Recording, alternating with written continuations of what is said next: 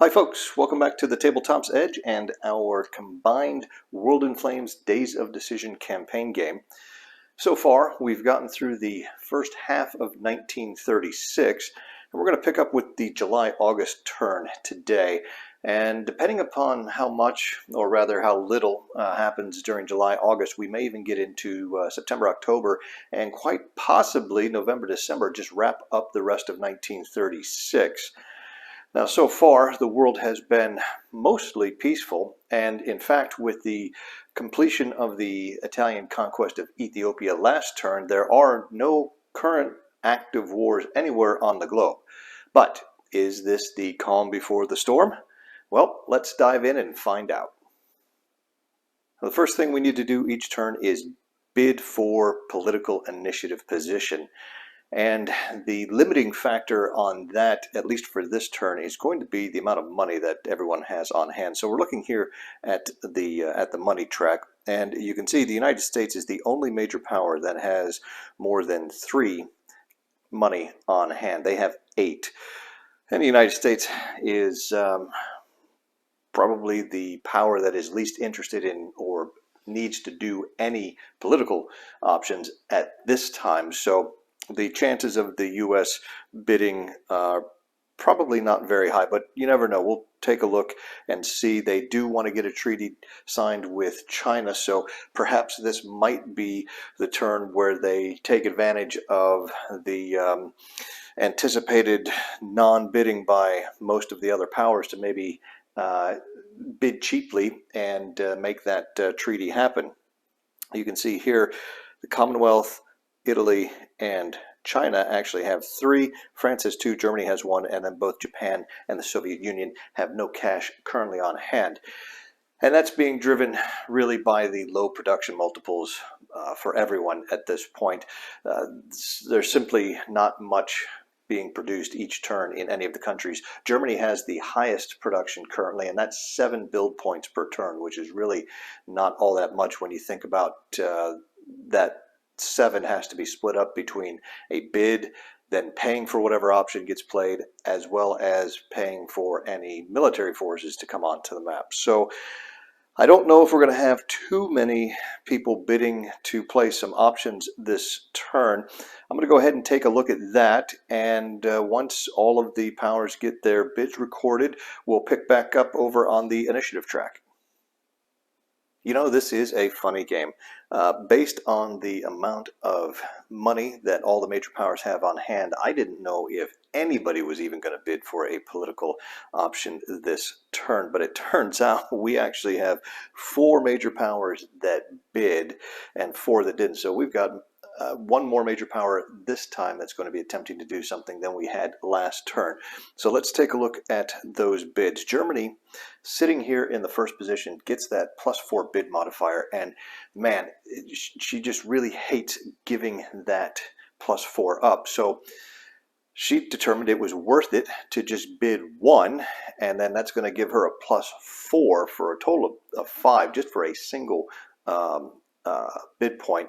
So she did bid 1 just to try to hold on to one of these lower initiative positions and getting those nice bid modifiers. Italy is going to pass and bid 0.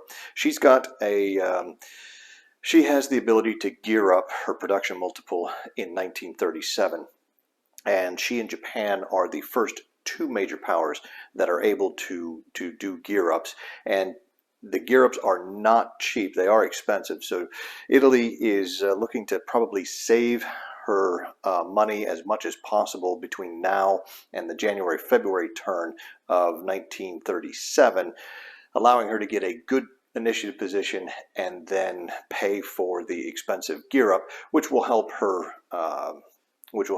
production moving forward. So Italy's bidding 0 this turn. Japan is also bidding 0, primarily because she's sitting at 0 cash right now. She doesn't really have anything she wants to do that's worth going into a deficit, and she does have that gear up looming just like Italy does. So she's going to kind of hold off and bid 0.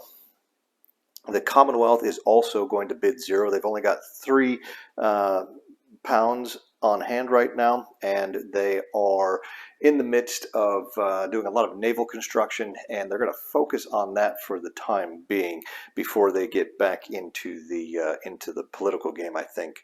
France has something she needs to do, and so she is going to bid 1, and that is going to give her a +2 here for her position. The United States and China, looking at the lack of funds among the other major powers, figured this would be a great opportunity for them to bid and get a treaty signed. So the United States really kind of went, I don't want to say all out, but she did bid 4, which is a fairly sizable bid, and China bid all 3 cash that she has. And then finally the USSR, again with 0 rubles on hand, is going to take a break from the political options here for probably a couple of turns while she puts her build points back into building the Red Army up after decimating it with the purge last turn. So the final order looks like this. Germany bid 1 +4 gets 5. The Italians have, they bid 0, they're going to get +1 for a total of 1. Japan 0 also, but they get +3 for a total of 3. The Commonwealth, again, bid 0 +2, gives them a total of 2. France bid 1, adds 2 to that for a total of 3. US bids 4, gets +1 to that for 5. China bids 3, but adds nothing to that for being in the 8th position for a total of 3. And the USSR, who bid 0, gets +3 and ends up with a 3 as well. So among the 4 major powers that bid, Germany has a total of 5, the United States has a total of 5, which means we then look at their political effectiveness. Germany with 5 is higher than the United States down here at 2. So Germany will retain first position merely by bidding a single one bid point. That means the United States, though, jumps from 7th all the way to 2nd. And then the other 2 powers, France and China, they actually both ended up with a net total of 3. So again, we go over here to the political effectiveness first, and that tiebreaker shows France with 3, China at 1. So France is actually going to slide into 3rd, and China, who bid more bid points than any other major power except the United States, actually ends up in 4th. She's the lowest of the 4 actively bidding major powers. Now, for the 4 major powers that did not bid, the USSR comes in with 3, as does Japan. Well, the USSR's political effectiveness is 4. You can see Japan's is 2. So the purge is already paying some benefits to the Soviet Union here by breaking the tie with Japan, and that puts Japan in 6th. And then the Commonwealth, with a total of 2, comes in at 7th, and Italy falls down here to the 8th position. So with the initiative order determined, it looks like we've got Germany up first, and China will be the last potential participant here in the political phase. So with that, we're going to take a look and see what Germany decides to do with this opportunity after I deduct the money for the bids that were made. Now, Germany was a little surprised to find herself in the first position yet again, and there are a number of things she was looking at doing. The problem is her money situation. She's down to 0 marks right now, and a couple of the other options she was heavily contemplating were going to be fairly expensive. And so the fallback position is IPO number 2, minor economic agreement. She will go ahead and sign an agreement with Sweden to bring in yet another, that'll be the 3rd iron ore resource she'll be able to ship in from Sweden. And as I talked about at the beginning, Scandinavia is going to figure prominently in Germany's strategy going forward, and it's an area of the of the globe where Germany hopes to gain control of through diplomatic rather than military means. So she's been targeting Sweden here with these minor economic agreements. Hopefully that will get Sweden to look at her in a favorable light. She'll be able to build up some influence in Sweden and begin to draw Sweden into her orbit politically. I'm sure there's an alliance, hopefully down the road, with Germany in the future. But for now, we're just going to go with the minor economic agreement. It's going to cost 4 money, which is going to drop Germany down to -4 for her cash. You can see here that the effect is simply going to be +1 German influence for signing the agreement in Sweden, and there will be no U.S. entry effect here. So I'm going to go ahead and pay for that. We'll mark the resource on the resources chart, as well as put the influence into Sweden. And then that is going to bring Germany to the point where she's going to need to activate one of the minor countries with a control marker in it. Now, with the +1 influence from this economic agreement, that actually raises Germany's influence in Sweden to +2. And following through in the theme of focusing on Scandinavia and Sweden in particular, Germany is going to select Sweden as the minor country to activate. So we're going to collect the Soviet influence and the German influence markers, and we're going to head over to the status display. All right, here at the status display, Sweden is in this enormous stack of minor countries right in the center of the neutral zone, and we have a German +2 and a Soviet -1 influence marker. Now, it doesn't really matter in this case the order in which we resolve these markers, so the first thing we're going to do is just resolve the Soviet -1, and that's basically going to get just blown off because it's going to require 2 to push Sweden a whole hex away from the Soviets. So then we will resolve the German 2 influence, which is enough to bring Sweden out of the center and 1 hex closer to Germany. So Germany's economic agreements with Sweden are having some effect on her and starting to draw her in towards Germany. Ideally, Germany wants to get the Sweden marker here into the same hex, which will allow her to essentially the equivalent of aligning the minor in WiFCE terms if they end up at war at some point.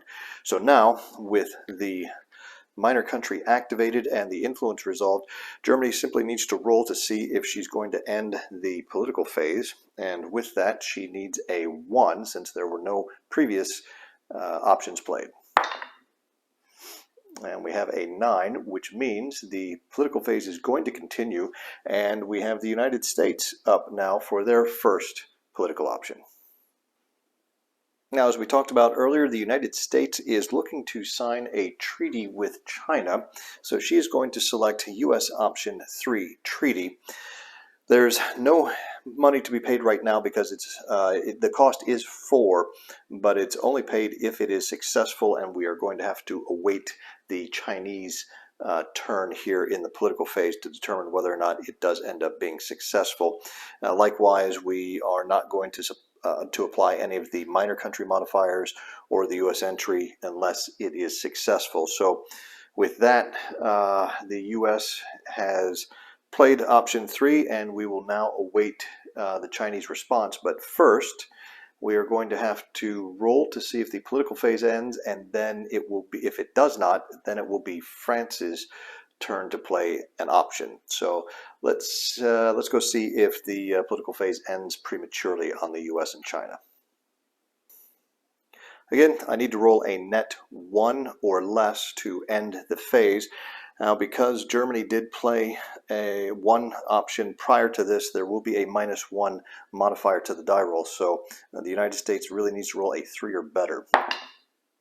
And unfortunately, they did it to themselves. That 2 -1 is going to result in the political phase ending very early again.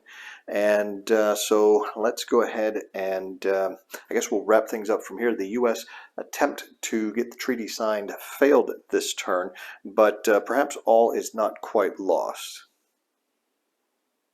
Well, as you can see, after the second political option was played, the phase ends, which means the powers below here are going to be able to get an additional bonus bid points equal to their political effectiveness. And there is one correction I need to make. In the previous turns, I had just been giving the political effectiveness bonus to the major powers that had bid but did not get a chance to play their option. It is, in fact, all of the major powers, whether or not they had bid that turn, are going to get their political effectiveness bonus. So that will affect the bidding a little bit next turn.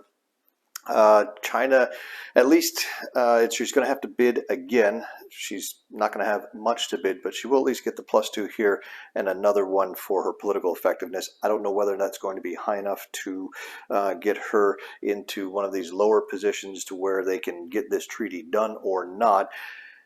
And I'll have to take a look at that and see what the situation looks like in September, October. They may just have to back off and wait another 3 or 4 turns for China to build back up her cash to get to the point where she can bid 4, 5, or 6 even to try to secure that position. So you're starting to see just how important low initiative position is for the political phase. And I will say that this game so far has been unusual. I believe only one of the 4 turns has seen more than 2 political options played in the turn, which is, like I said, that's unusual. So hopefully, as we move forward, the dice will change around a little bit and we'll have an opportunity to see 4, 5, or 6 political options getting played, particularly as nations start to gear up. They're going to have more money to spend, which means they'll be able to more freely execute political options while still maintaining and building their military. But that's going to wrap up the political phase. So now we are on to the WIF portion of the turn, and that is going to bring us to the reinforcement stage. Well, the reinforcements for July, August are basically going to the Commonwealth and Germany. Germany is going to get 1 pilot, and while she does have 2 aircraft in the reserve pool, one of them is a Ju-52 transport. The other one is the Arado AR-68 fighter, which is not a very good fighter. It's actually worse than the one they have on map now. So with better aircraft coming down the line, I think Germany is simply going to place those pilots in reserve, and we'll mark that on the track. The Commonwealth also gets a pilot, and while they do have 1 carrier plane in the reserve pool, and the home fleet carriers currently have 0 CAGs on them, the plane that's in the reserve pool is really rather wretched, so and definitely not worth a pilot. The Commonwealth does have more carrier planes in production currently, so they're just going to hold off on that as well and place those pilots into reserve, and we'll record those on the track. Now they do get quite a number of cruisers. They're going to get HMAS Perth is actually going to go on map. I will probably set that up in its namesake town, actually, over there in Australia. And then in addition to that, the Commonwealth is going to see 4 light cruisers go into the construction pool. So things starting to fill up there as the British cruiser program of the mid-30s gets underway. That's going to do it for reinforcements. Now we're going to roll to determine initiative, look at weather, and then we'll be able to head to the maps. Here we are rolling for initiative. Now the communists and fascists each get a +2 while the Democrats get a +1. So we're going to roll here for the communists with the red die and the Democrats with the green die. So I get a +2 to the red and a +1 to the green. That's 9 + 2 is 11. Green 3 + 1 is 4, and then the fascists with a +2 get a respectable roll of 7 + 2 is 9. So the communists have the highest initiative roll, then the fascists, and finally the Democrats. The fascists are going to opt to go after the Democrats, and the communists with the highest roll will, they will go last. So it'll be the order of Democrats, fascists, and communists for the upcoming turn. Now let's look at what the weather is going to be here in July, August. There's no modifier from last impulses weather from last turn. So just a straight up roll here in July, August. It should be pretty decent everywhere. The 7, yes, it looks like it's going to be fair everywhere except for the north monsoon zone where it is storm, and the marker is going to advance 1 box after each impulse. So I'll go ahead and mark the weather, and then we'll head over to the maps to see if the democracies have anything they're going to actually do this turn. Well, with the world at peace right now, there's very little for the Democrats to do.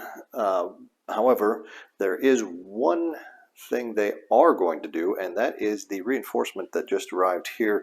HMAS Perth, as you can see out here in Perth, is going to sail up to join Force Z here at Singapore. So they'll move out 1, 2, and 3. I'll just put them in the 3 box here of the South China Sea. And since any other oil-dependent movement by the Commonwealth would require some oil expenditure, that is all that we're going to see the Commonwealth do. France really has nothing to do. Same with the United States and China at this time. So that's going to wrap up the Democrats' first impulse, and it's going to bring us over to the fascists. Now, the fascists do have a couple of things to do. We'll move back westward here. We're going to stop in Ethiopia. The Italians now do not require nearly this much military force in East Africa at the moment. So they're going to need to redeploy this back probably to Italy. And unfortunately for them, the only transport they have is the very slow transport here that's in Asmara, waiting to take the ground and air troops back. So they are going to load up the air unit there, because obviously there are no ground units in Asmara, and then they are going to set sail in the Red Sea, pass through the Suez Canal into the Eastern Mediterranean, pulling basically 1 unit out probably every other turn. You can see there are 6 units they've got in Ethiopia. It's going to take all of a year or more unless they start building some more transports, and even then it's going to take those transports a year to show up. So it's going to be a long, slow redeployment for the Italians, but this may actually spur them to add to their transport capabilities. And then Germany, back here, also has a naval move. They're going to move another convoy point out into the Baltic Sea there to give them 3 in the Baltic, allowing them to bring home all 3 of the resources this turn. And since everyone's at peace, they are limited to combined impulses. We are going to have some land movement in Ethiopia, and once I adjust the convoy points for the Germans, we'll pick up with some of the Italian land movement. Well, we skipped several of the phases. We're just going to go right ahead to the land movement phase. Now, the port of embarkation for the troops here in Ethiopia is going to be Asmara and Eritrea. They don't want to move the mech or the motorized corps because they've already moved their 1 allowable free oil-dependent unit in the form of the transport. So instead, they are going to bring the artillery, and they can't move the headquarters either because it is also oil-dependent, but they'll bring this 10th Corps infantry in there as well. And because the hex exceeds the movement allowance for both of those, they're going to be turned face down. It's going to be a slow process, as you can see. Japan really doesn't have anything she needs or wants to do at this point. So that's going to wrap it up for the fascists. On to the communists. Again, the communists don't really have anything that they are interested in doing, so it's essentially a pass for them. That's going to bring us around to the Democrats' second impulse, but first let's go ahead and make the weather roll, see what the weather is going to be. Well, the weather roll for this set of impulses was a 9, which resulted in the exact same weather everywhere. It's fair except for the north monsoon where it is storm. the Democrats have done what they need to do basically for the turn. And so we're over to the fascist second impulse, where they now can move one of their oil-dependent units. And we are going to, I think we'll bring the motorized corps up into the location with the headquarters. And that's it. Not terribly exciting. We move on to the communists. They're basically done. And I think the only thing we're really going to get to do at this point, if the fascists get another impulse, which they should, since it's only going up one box at a time, their next impulse, they are going to move Badoglio into Asmara. So what I'll do is, rather than torture you with this slow step-by-step, drip-by-drip process, we will skip ahead and we're going to see how far we get into the turn and where exactly it ends, which could have an impact on the initiative modifiers for next turn. Well, the turn continued all the way up through 13 impulses, this time when the Democrats, who went first, if you'll recall, rolled a 2 to end it. So as a result of that, on the initiative track here, since the communists and fascists could not move to the right, the Democrats moved one box to the left, which is going to get rid of their +1 for next turn. The weather, the final weather was a 9, which indicates no modifier to the first impulse's weather for September, October. I'll move on to return to base for the Commonwealth and the Italians, and then the final reorganization of the Italians down in Ethiopia. The Italians decided to go ahead and move their mechanized corps into Asmara. I think they're going to try and ship that out first, and then followed by probably the motorized corps, then Badoglio, and finally the infantry and the artillery. But I'll take care of all that, and then we're all the way up to production. So as fast as this turn is going, I am pretty sure we are going to be able to continue on in this episode with September, October. And really, if the political phase doesn't really change much, we'll probably get November, December done as well. So let me take care of some of the end of turn housekeeping, and we'll pick back up with production.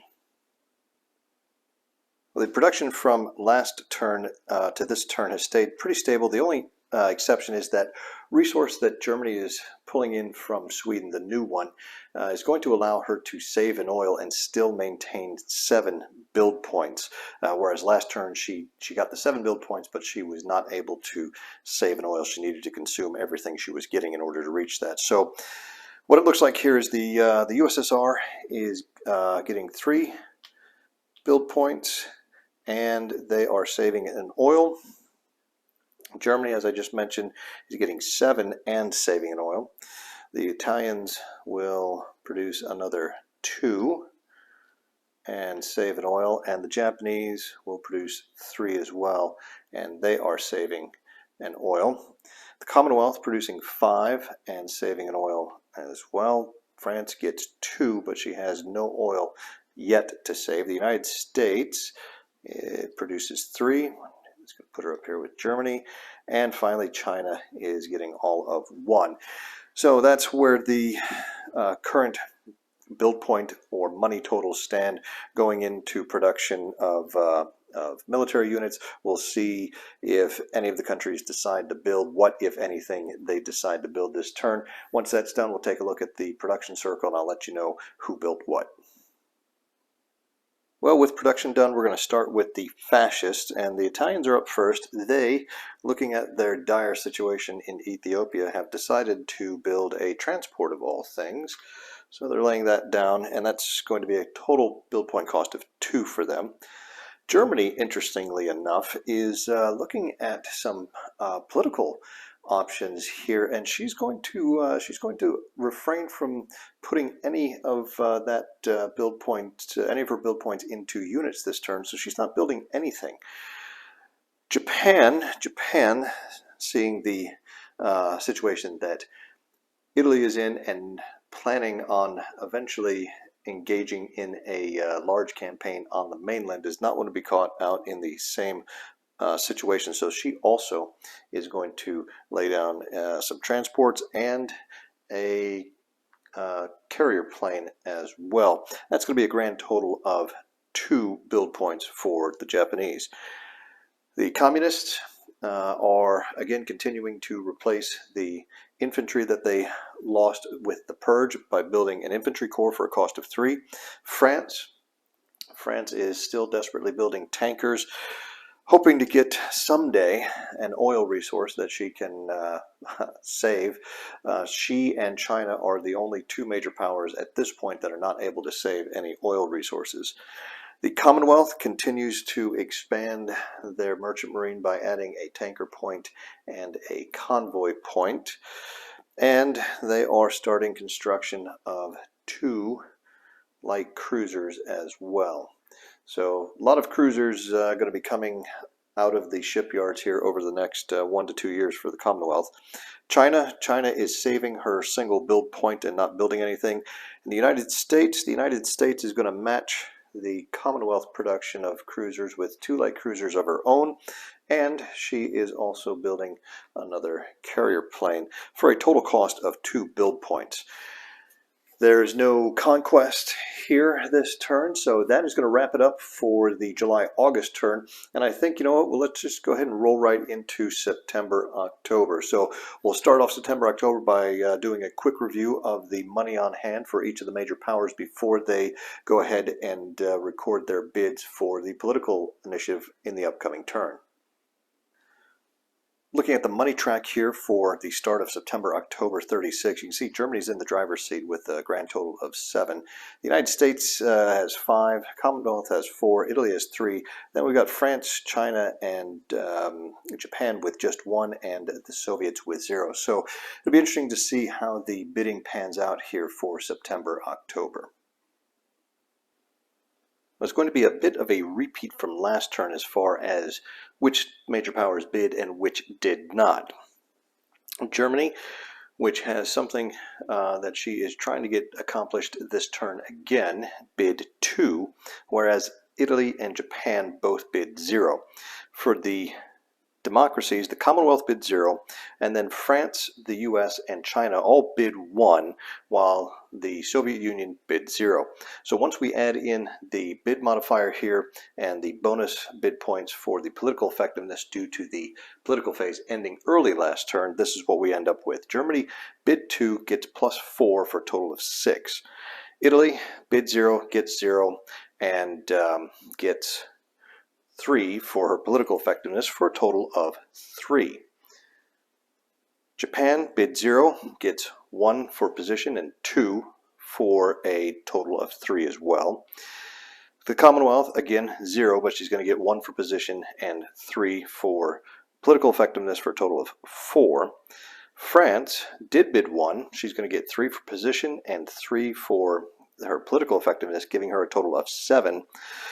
While the United States bid 1 gets 3 for the bid modifier position for a total of 4, and China bid 1 with +2 for the bid modifier and 1 for political effectiveness for 4 as well. And then finally the Soviet Union is going to get 2 for position and 4 for political effectiveness for a total of 6.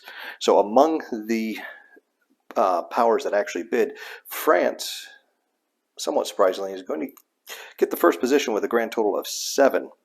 Germany, even though she increased her bid from 1 last turn to 2 this turn, is only going to be able to get to the 2nd position. And then US and China are both tied at 4, and the US political effectiveness is 1 greater than China, so that'll break the tie there, bringing these 2 into 1st and 4th. We'll place the last card, the second last card marker here next to China, indicating that these are the 4 powers that will be able to attempt to play political options this turn. Now, among those that did not bid, Soviet Union is going to remain in 5th place, largely on the strength of her good political effectiveness. After the Soviet Union comes the Commonwealth with 4. And then Italy and Japan both have a total of 3. However, the Italian political effectiveness beats the Japanese, so that's going to move Italy up to 7th and drop Japan down to 8th. So now we have our political initiative order set, and we can begin with France as the first nation to attempt to play a political option.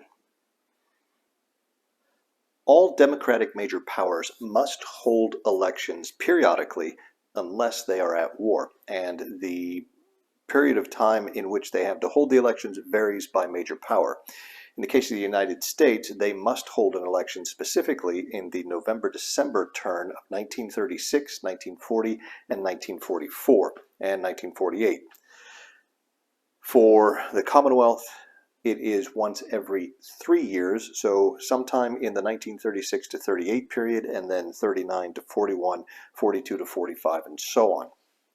For China, it's once every 5 years, so 36 to 40, 41 to 45. But for France, she must hold an election every year. There are two options that make this happen. And what we're looking at here is IPO number 10, government falls or election called. This is an option that can be played by a major power against another democratic major power, or it can be played on itself if it is in fact a democratic major power. There is a second option, which is a country-specific option. It's one of the 0 options. You can see where to go right up here. It is option 0C, hold an election. Now, France could have chosen to do either of these two options. So why did she choose to go with IPO 10?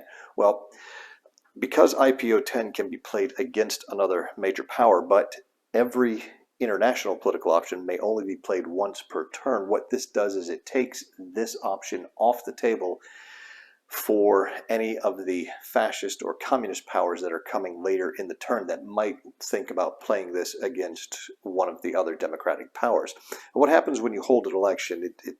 There's really nothing to it other than just playing the option. You pay the money, and the election happens. There's no real change to anything on the map or with regards to the political effectiveness of your country, for instance. It's basically just sort of a time sink and a little bit of a money waste. So effectively, France, every 6 turns, or basically once a year, one of those 6 turns, France is going to have to play this election option. And it reduces then her opportunities for playing other political options, since she only has 5 other turns where she can do stuff. Now, if you fail to hold an election on time within the prescribed time period, you may not play any other political option until you have successfully held an election. So this IPO 10 may be something that, if the fascist powers are coordinated with one another when there's an important event coming up and they want to try to prevent the one or more democratic powers from being able to respond to that fascist action in that turn, they can simply play IPO 10 on them and then force them then to hold an election and kind of waste that turn. But France, since we're nearing the end of 1936, is obligated to hold an election.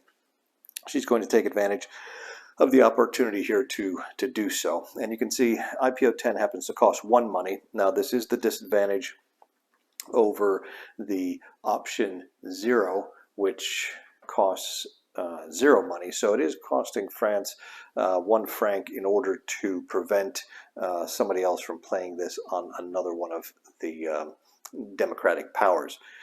But we'll pay 1 money. You'll see there are no minor country modifiers for this, and there is 0 U.S. entry effect.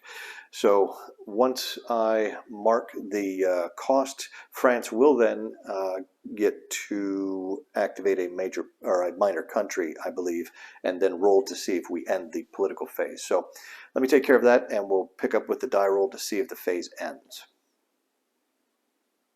Well, looking over the minor countries with control markers in them, there's not anything that really sort of jumps out at France as one country that would be particularly better than another to play. But down here in Argentina, Japan does have 1 positive influence, and the Commonwealth has -1. So I think we're going to activate Argentina, and we'll see how this resolves over on the status display.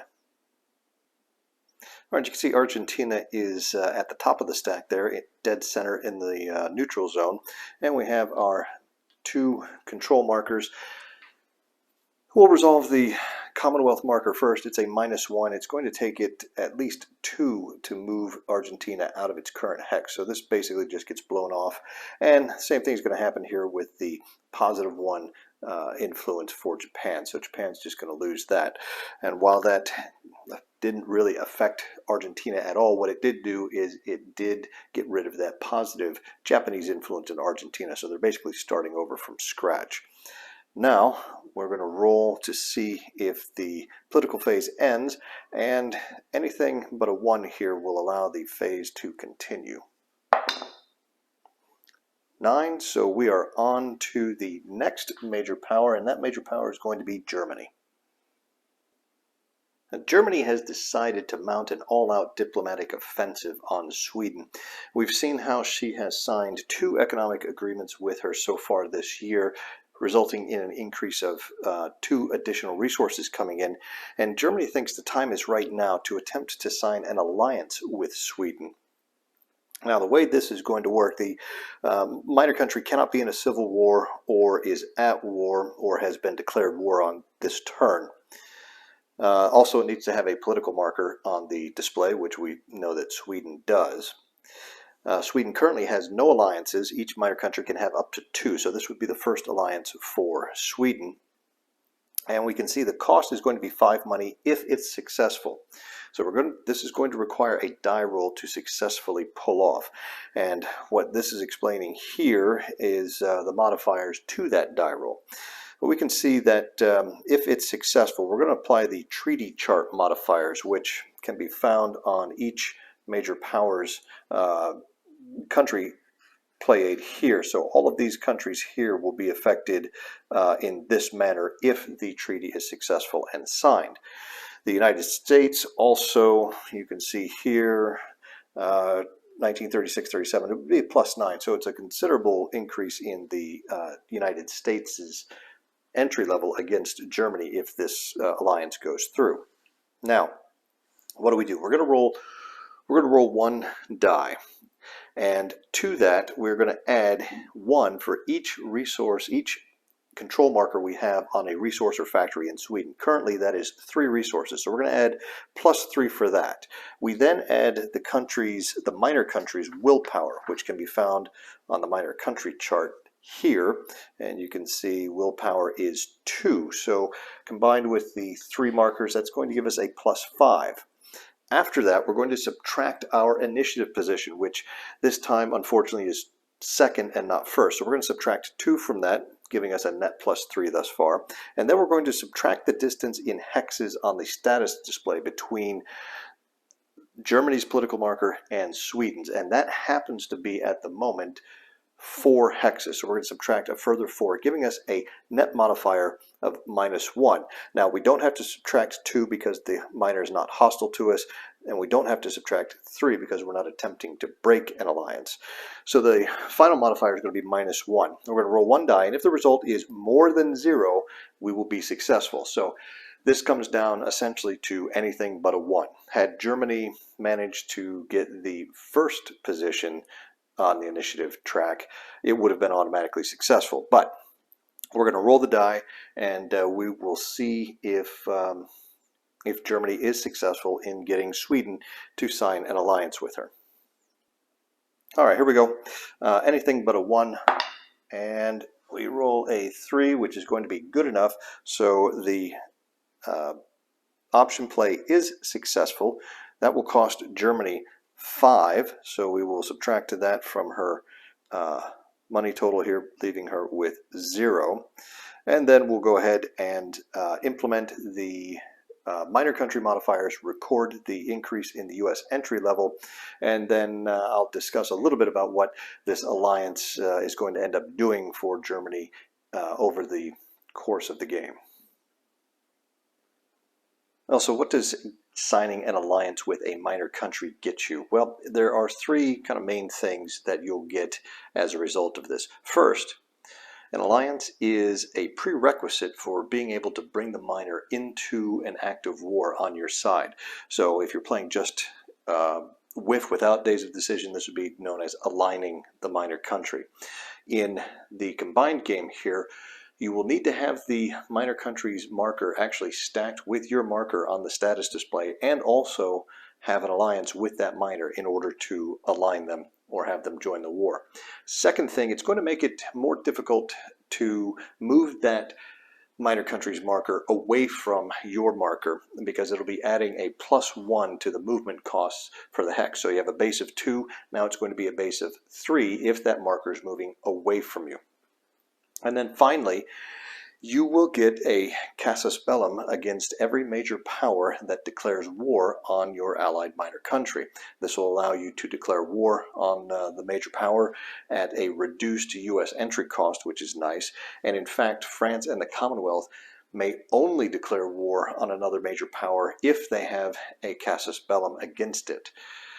Now, not only does it allow you to declare war on those major powers, but in fact, if you do not declare war on all of the major powers that have declared war on your allied minor, by the first impulse of the turn after that minor country is conquered, you are going to lose 1 political effectiveness, and it's going to have a very bad effect on your other allied minor countries. You're going to get a bunch of negative influence in all of those countries. So making an alliance with a minor country is a bit of a commitment, similar in some ways to a guarantee. A guarantee is maybe a step below an actual alliance. The guarantee basically just gives you the casus bellum in the event that someone attacks that minor, whereas the alliance will allow you to actually bring the minor actively into the war on your side.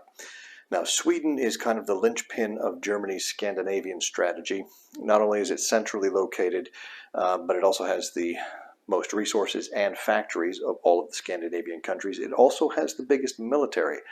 And in a shooting war, being able to bring Sweden in as an active participant on Germany's side could reap a number of nice benefits for us. So for that reason, Germany has gone early, very heavily at Sweden diplomatically in order to sort of tie the two nations together. Now, with that out of the way, we do need to activate a minor country. As a result of the alliance signing, you can see several countries had some reactions, both positive and negative. Among the larger influence gains for Germany were 2 influence here in the Baltic countries, and seeing as how the Soviets have kind of started to draw them their way, Germany is not yet ready to sort of yield the Baltics to the Soviets at this point. So we're going to activate the Baltic countries, and we're going to go over to the status display and resolve this control marker. All right, here we are at the display, and we've got our control marker with +2 influence for Germany. The Baltic states, you can see, are located just here, just off of the center. When we resolve this marker, that 2 will be enough to slide it 1 hex towards Germany here, which will put it in the same hex as Ireland here, sort of attempting to pull those Baltic states maybe a little bit away from the influence of the communists. And now, the only thing that remains to be done is to roll to see if the political phase ends. And since France has successfully played a political option, this is going to have a -1 modifier to the die roll. And somewhat amazingly, the 7 -1 is a 6, which means we're actually going to get to see a third country play a political option this turn, and that country is the United States. They're up next. Well, for the United States, it's here we go again. They are going to attempt once more to play U.S. option 3 treaty and get a level 1 treaty signed with China. Again, the cost is 4 money, but only if successful, and so we won't really bother looking too closely at the minor country modifiers and U.S. entry until and unless the treaty ends up being successful. What we do need to do is roll to see if the political phase will continue, since China is next, and they will be the last country to go. So let's make the die roll, and then we'll see if this treaty gets signed this turn.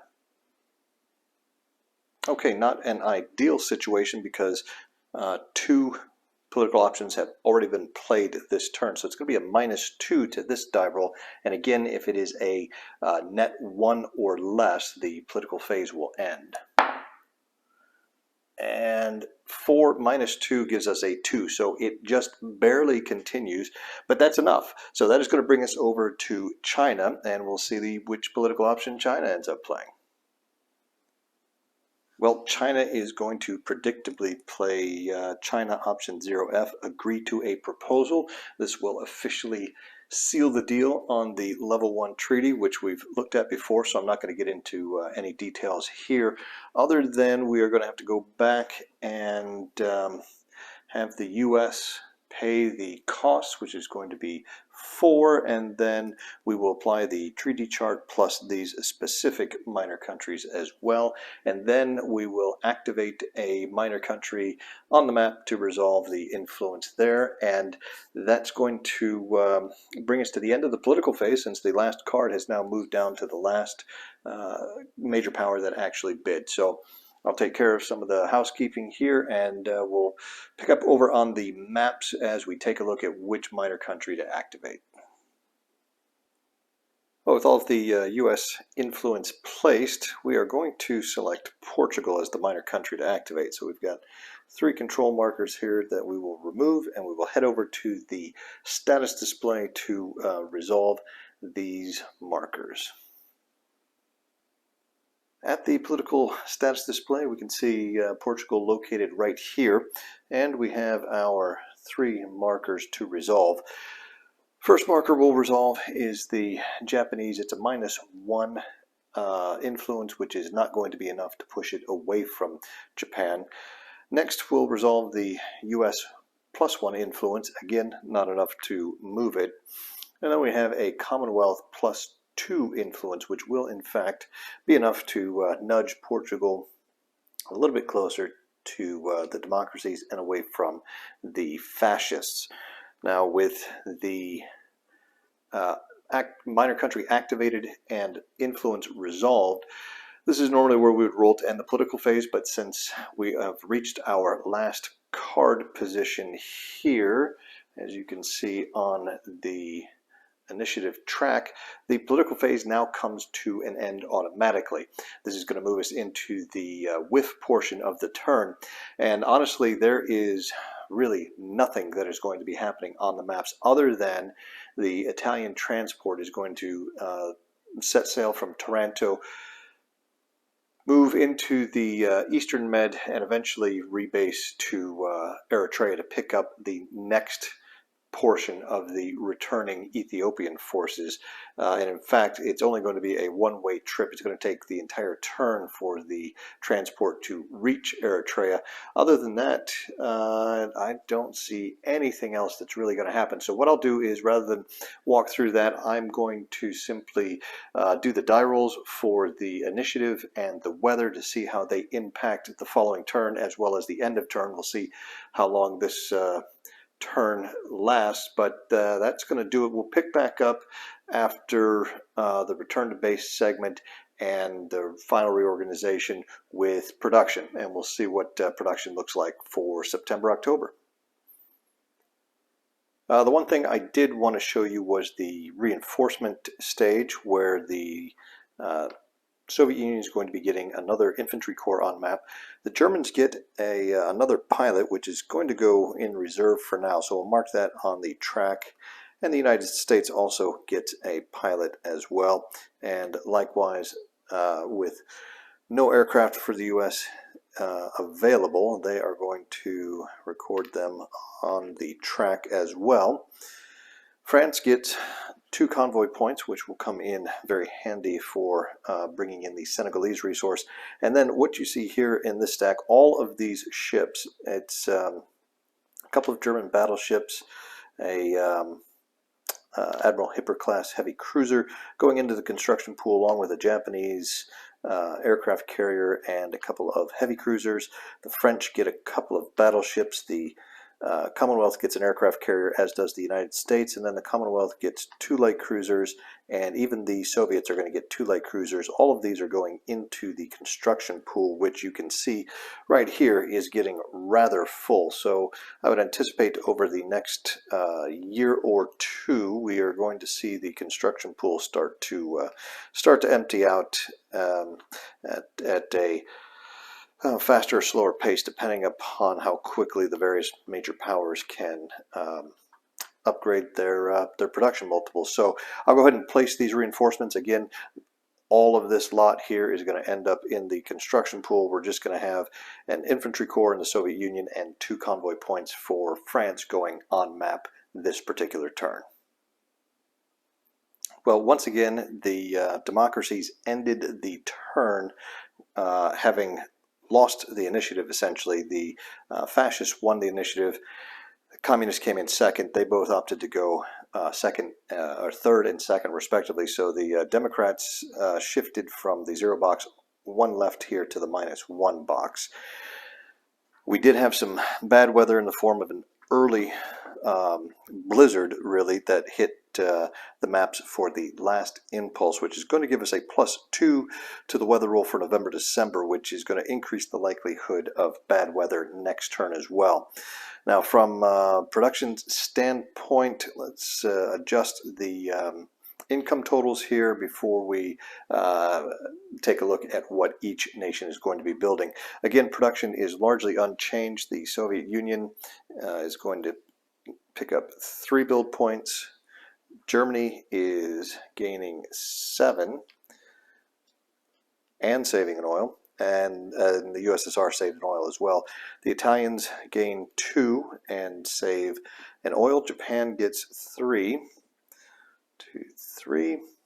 The Commonwealth gets 5 build points. France gets 2 build points. She was at -1 as a result of the election option play, so that's going to basically take her back to a net total of +1. U.S. gets 3 and saves in oil, and the Chinese are getting their customary 1 build point. So that's where things stand right at the beginning of the production phase, and I'll be back in just a moment to let you know what everybody decided to go with as far as builds this turn. All right, with production, we're going to start by taking a look at what the fascists built. The Italians decided not to build anything. They are saving up for that big gear up that's coming in a couple turns. The Japanese, interestingly enough, decided to begin the second cycle of the Soryu aircraft carrier. So that cost them 2 build points. The Germans began construction of submarines from the construction pool, so second cycle on these submarines, as well as a land bomber. That's going to be a total of 3 build points for them. The communists continued their production of infantry corps, again to build up what they have lost. And for the democracies, China again is not building anything. France is building a lone tanker point. The Commonwealth is building a tanker point and a convoy point, as well as 2 heavy cruisers and the second cycle of Ark Royal. So another aircraft carrier going face up on the production circle. That leaves just the Americans. They built a carrier plane. They also laid down a light cruiser and 2 heavy cruisers, and that cost them 3 build points. So that's it for production. There is no conquest, nobody is at war, and nobody is probably likely to go to war before 1937. That's going to bring us up to the November-December turn, and I think let's just go ahead and let's finish up the year here in today's episode. Hopefully this won't run much longer than about the hour and a half that the previous couple episodes have run. I know there's not much going on. There's likely probably not much at all going on the map, so it'll be again primarily a political turn. So let's just go ahead and dive right in and see what happens. Quick review of where the on-hand money stands at the beginning of the November-December 1936 turn. And as you can see, no one has much money at all. The Italians lead the way with 5, then the Germans have 4, Commonwealth 3, Japan 2, China 1, and then France, the Soviet Union, and the United States are all at 0. So again, with this, probably not a very long turn at all. The Italians are saving up for early next turn, so I'd be surprised if they ended up bidding. Same thing with the Japanese, although you can see the Italians are in a better spot than the Japanese are currently money-wise. So I'll take a look at the political options at each of the countries' situations and see if there's something that somebody might want to do this turn. Otherwise, this could end up being a very, very short turn with almost no politics and nothing going on the map. So I'll take a look and let's see what happens. Well, in terms of bidding for political initiative, we actually have 2 major powers that are bidding and the other 6 are not. The major powers that are bidding are Japan and Italy. And I know we had talked about Italy looking to save up some money for the upcoming gear up as well as Japan, but both of the countries are bidding 1. Now for Italy, she's going to get 1 plus 1 for her position for a total of 2. Japan bids 1, but gets plus 0 for being in the 8th position, giving her a net total of 1. That's going to put Italy in the 1st spot and Japan in the 2nd spot. We'll put the last card here next to Japan. And now for the non-bidding countries, Germany had plus 3 for a total of 3, and really she got that just from her position here, and really that's going to be the only modifier to all of these bids. So what we see here is basically all of this is just going to kind of slide down this way. France has the highest total of the non-bidders at 4, so she drops to 3rd spot. Germany has 3 along with the United States, but Germany's political effectiveness is higher than the US's, so she'll take the 4th spot with the US coming in 5th. And then we have China and the USSR with 2 each. Again, the USSR is going to have the higher political effectiveness, which is going to break that tie, putting China in 7th. And then the Commonwealth is going to end up all the way down here in 8th position. So just 2 potential political options being played this turn. And with Italy up first, you'll see exactly what she did and why. I'm going to go ahead and pay for both of those bids. And with that done, we'll take a look and see what Italy has decided to do. Now, Italy has her eye on January, February 1937. That is the first turn that she is eligible to gear up her production multiple, and she wants to make sure she can get it done that turn. So she's trying to set herself up to have the best chance to go earliest in the initiative order as possible, preferably for as low a cost as possible. And for that reason, she's playing Italy option 0G, increased bid points.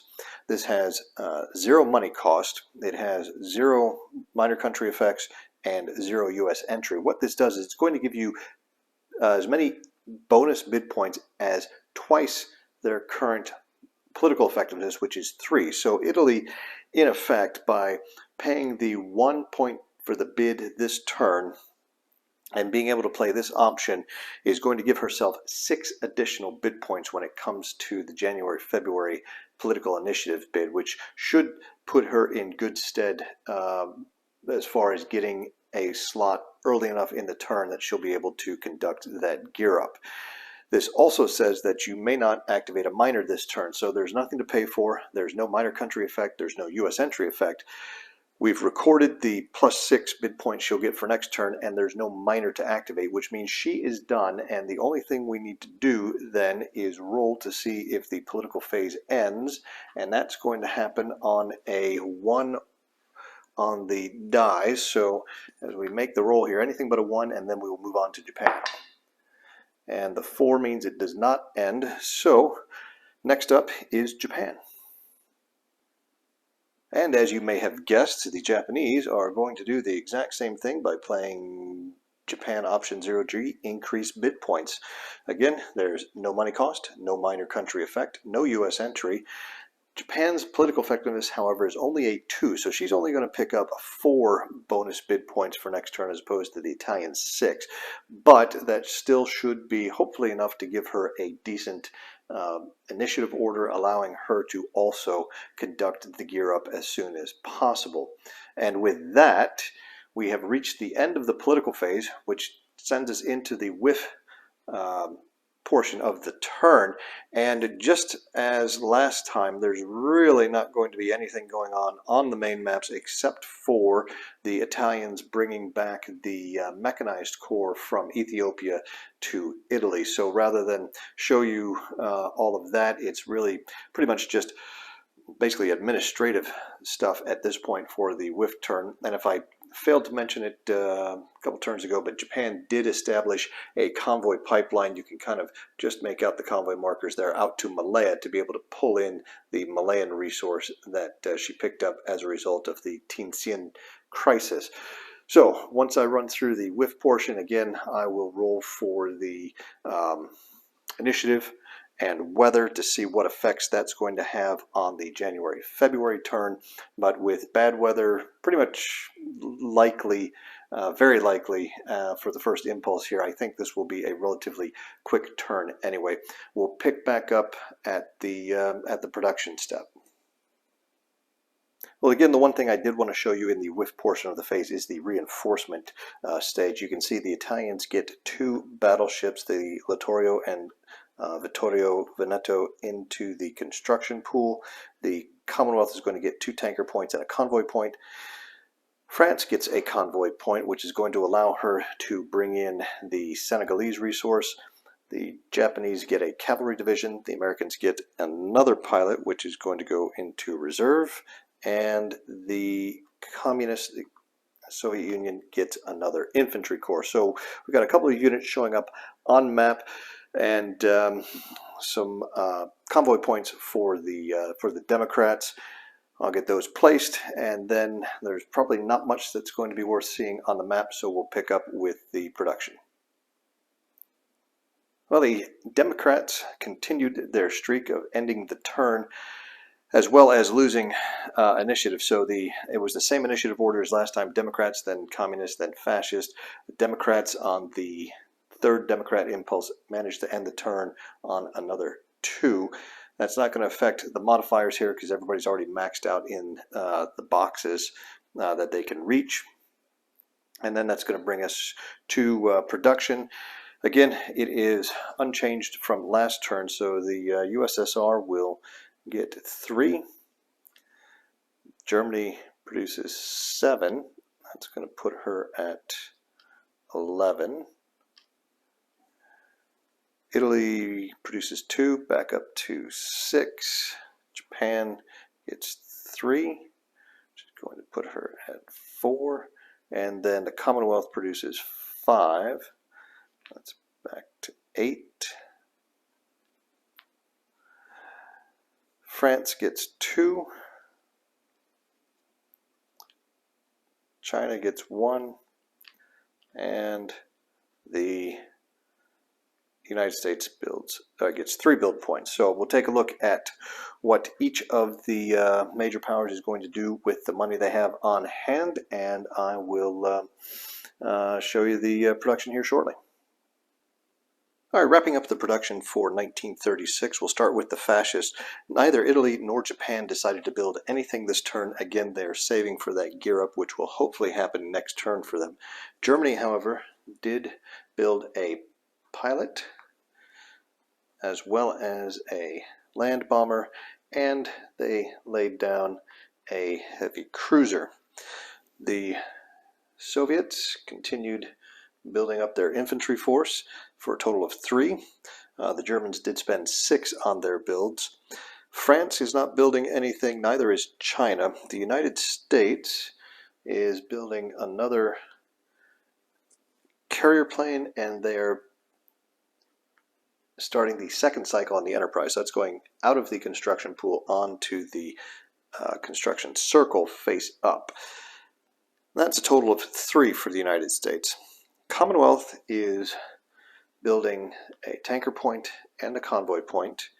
They're also building a naval air, and they are beginning the second cycle on Furious coming out of the construction pool. So another face-up aircraft carrier for the Royal Navy. That should add 2 carriers to their strength by the end of 1937. And that is going to be a wrap for 1936. We've got some yearly force pool additions going into the cups before we start the next turn.